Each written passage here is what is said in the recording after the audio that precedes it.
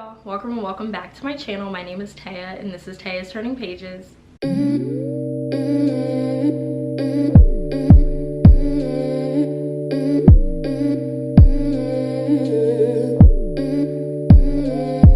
So by the title of this video, you can tell that this is going to be the 12 classics that I hope to read before 2022 is over. Now I did film a video similar to this but for nonfiction, so I will leave that linked up above in the cards or in the description box down below, so make sure you check that out. But I wanted to provide this list for the classics that, again, I hope to read before the year is over.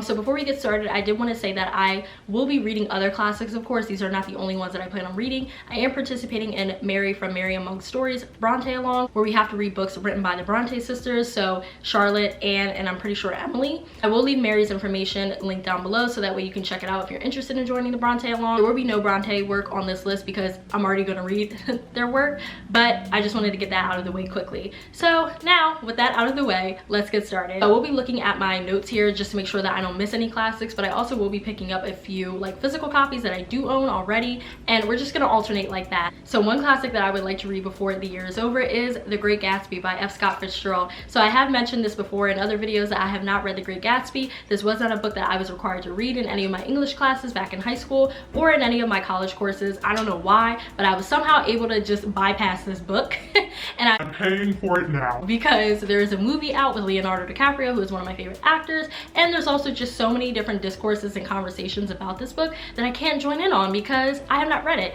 So the only things that I know about this book is that this does follow a bunch of rich people, and there's also a lot of drama and despair and tragedy all wrapped up into this book. That is it. That is all I know, and that's honestly all I really want to know because this book does sound like it's already up my alley because I love rich people drama, and I am a sucker for a good Shakespearean type of tragedy. I know, problematic, but like I'm kind of here for it. So I will be picking up this book very, very soon. I meant to pick it up when I went to Barnes & Noble last time, and I honestly forgot all about it. So I probably will be ordering it online from somewhere, but I definitely want to prioritize this book and read it soon because it is very short. And the people that have read it, for the most part, really enjoyed this story. I have seen some mixed reviews of people saying that they felt like it was kind of boring and nothing really happened, but I've seen a lot of people praise it. So I do want to read this book before I watch the movie, but yes, this is a book that I do plan on getting to before the year is over. So the next classic that I would love to read is 1984 by George Orwell. So this is actually my boyfriend's book. He actually picked this up from Barnes & Noble the last time we went,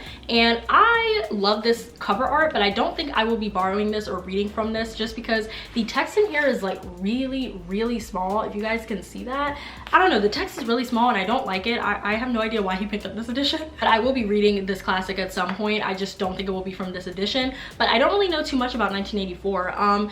I know that this does have to deal with like surveillance state and like constantly being watched and, you know, things along those lines, but that's all I know. And I've heard people say, yes, I heard people say that this is like kind of like Big Brother, like that show Big Brother. I think that show was inspired in a way by like this book where people are being watched and their movements and the way they interact with other human beings is being watched. So yeah, I'm really excited to read this one nonetheless. I have read Animal Farm by George Orwell back in high school, and I really enjoyed that book like most people. I thought it was really fun and I really love the social commentary, of course, you know, all throughout that book. I actually watched the movie in high school and I thought that was even funnier because they really had pigs and horses and cows talking in that movie, and it was hilarious. But yeah, I really enjoyed his writing style, so I feel like I'm going to really enjoy this book too, especially because this is a dystopian novel, and I'm a sucker for a good dystopian book, okay? Hunger Games is one of my favorite series of all time, so I know that this book is going to be right up my alley. I just have to find the time to actually read it. Next book that I have here is very famous and probably, I think, like the #1 book on Penguin's like classics you must read before you die list, but it is Pride and Prejudice by Jane Austen.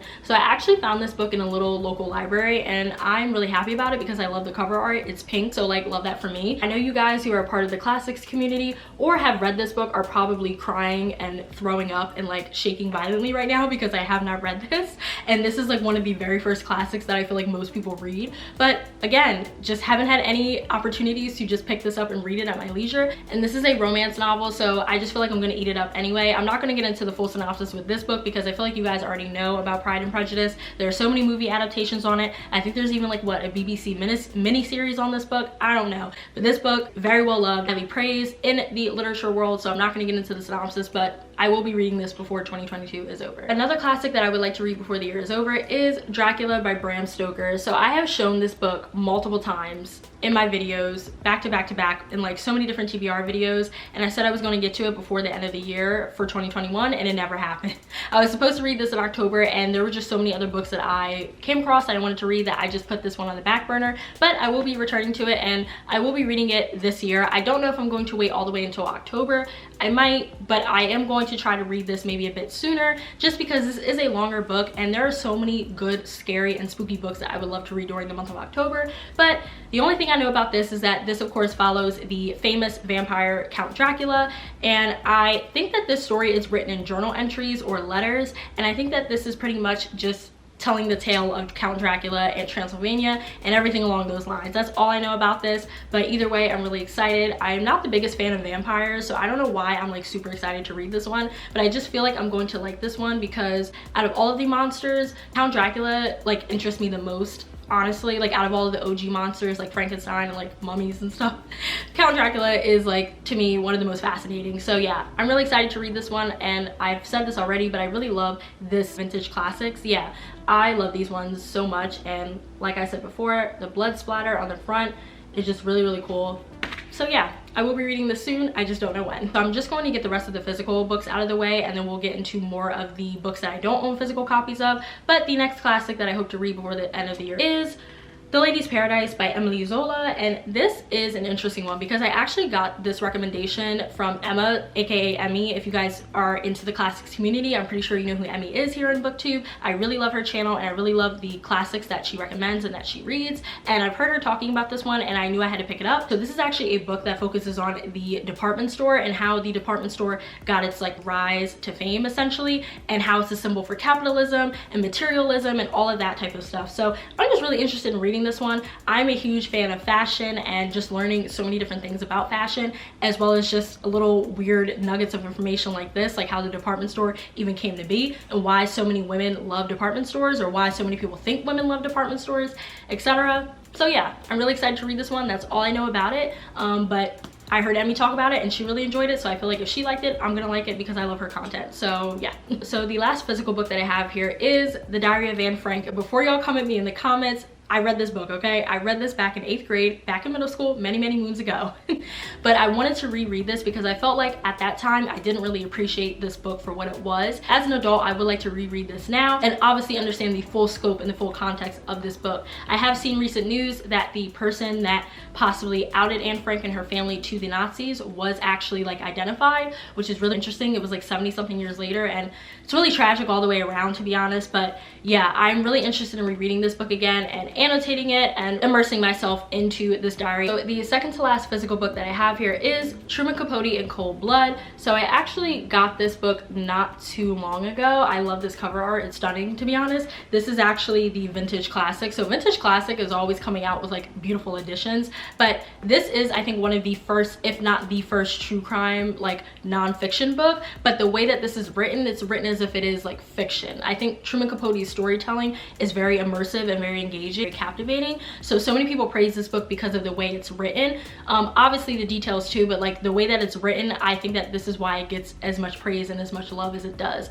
Truman Capote is also the author of Breakfast at Tiffany's, if you have ever heard of that popular book and popular movie. He is the author of that, as well as a few other things, but this will be my introduction into his work, and I'm very excited to read this nonetheless. I am a true crime gal. I am always looking up different true crime cases and listening to Crime Junkies and all of that, so I'm really excited to read this one. I don't know too much about this. I think this does follow, yes, it says right here, this does take place in Holcomb, Kansas, and 4 members of the Clutter family were savagely murdered by blast from a gunshot held a few inches from their faces. So yeah, Truman Capote dives deep into this case, and again, his storytelling is very captivating, so I can't wait to read this one. I don't know when, but before 2022 is over.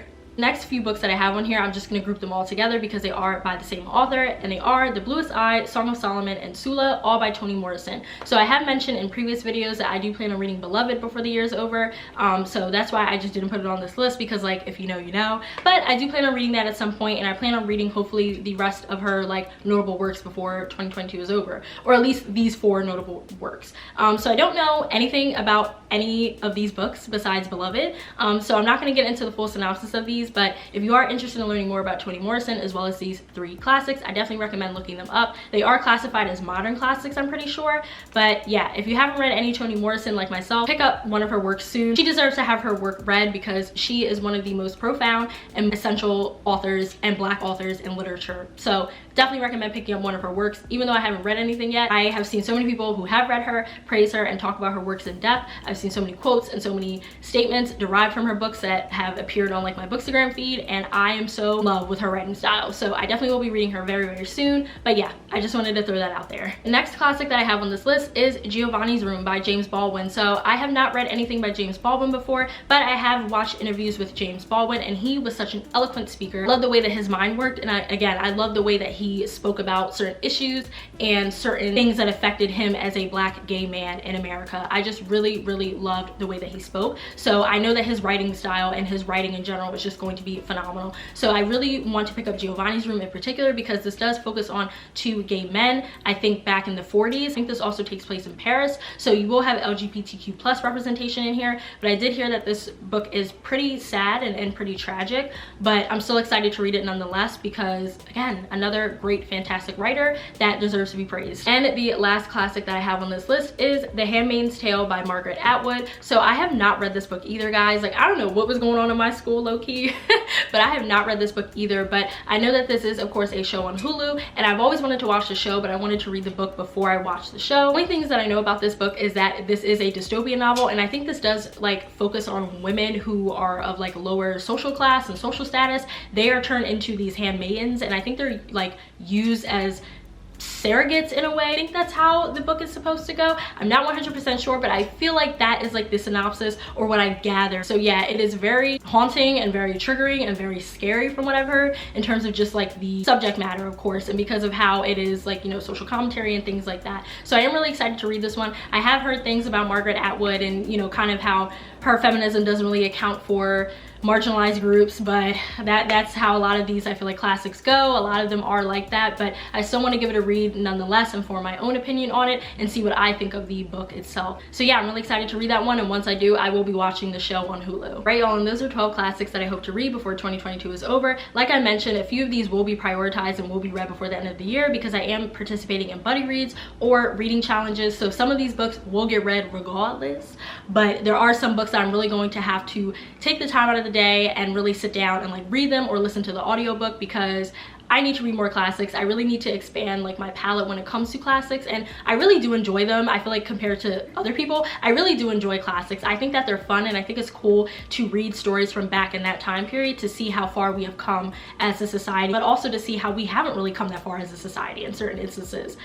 Wink wink at The Handmaid's Tale to a certain extent, if I got the synopsis right. But yeah, I hope you guys enjoyed this video. I hope you guys were able to get some gems from this one. Definitely let me know if you read any of these or if you plan on reading any of these, or let me know if you plan on reading just more classics in general. I know that this is a goal for a lot of people to read more classics as well as nonfiction, so definitely let me know if you guys plan on doing that this year. Also, make sure you like, comment, and subscribe. It really helps me and my channel out. And lastly, please make sure you follow me on Bookstagram as well as Storygraph. I will leave all of that information linked down below, as well as at the end of the video like I always do. I hope you guys enjoyed this video, and I will see you in my next one. Bye!